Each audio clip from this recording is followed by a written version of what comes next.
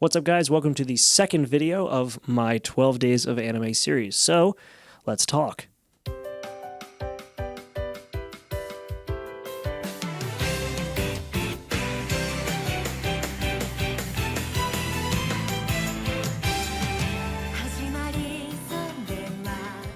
Okay, so today we're going to be talking about a little bit of a hidden gem sort of show, something that I would have never really considered unless it was recommended to me by a really close friend, which it was. This is Snow White with the Red Hair.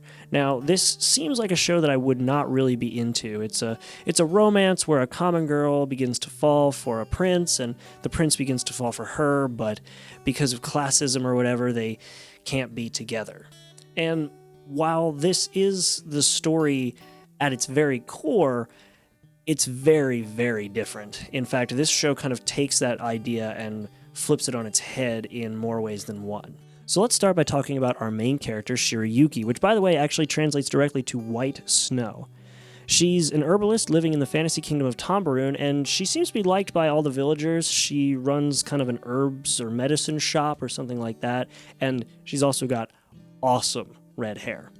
But we actually see later in the story that she was taught from a very young age to kind of be careful as to who she shows off this red hair to, because it could attract the wrong attention. And it does. The plot is actually kicked off when the Prince of Tambourine, Raj, decides that he wants to take Shirayuki as a concubine. That doesn't work out so well, so what does Shirayuki do? She cuts off her hair, leaves a note, and runs away to the neighboring kingdom of Clarinesse. While she's traveling, she comes across Zen, a very adventurous boy who's accompanied by two friends, Mitsuhide and Kiki. Due to some less than stellar acrobatics, he actually ends up hurting himself, and after some weird convincing... Hey, what the... No, what are you...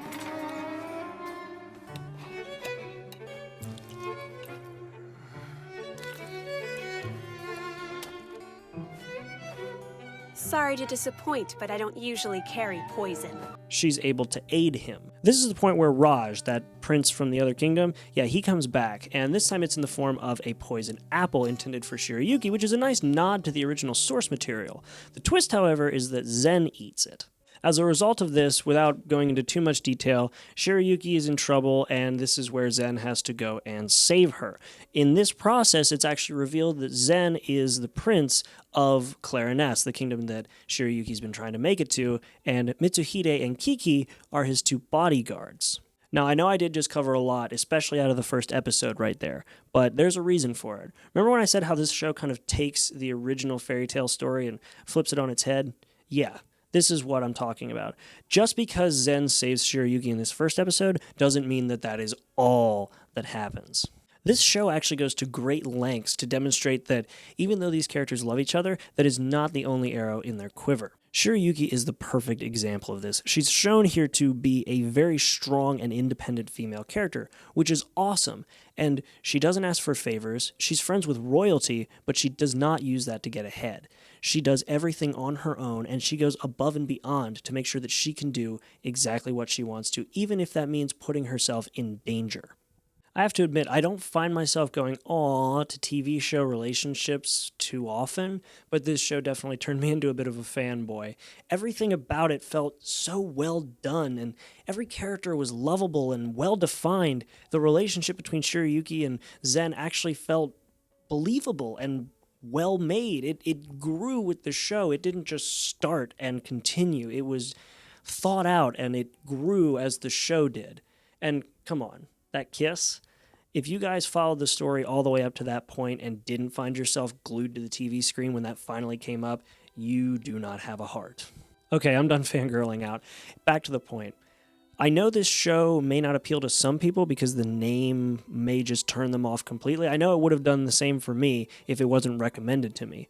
But I've been surprised before. Maria the Virgin Witch is a perfect example. It's kind of a show that I don't think I would have watched just on the name alone, but I watched it anyway, and it was a really good show. Another perfect example of a hidden gem. So while a lot of people may dismiss this show just on the name alone, trust me, if you watch this show, you will not regret it. I know I didn't. Alright guys, that was day 2 of the 12 Days of Anime. I hope you guys are still sticking around. It's only day 2. We've got a lot more to cover, and I hope you guys are liking these videos so far. I hope at this point I'm kind of getting better with the green screen. At least I feel like I might be. So, yeah, stick around, and I will see you guys tomorrow.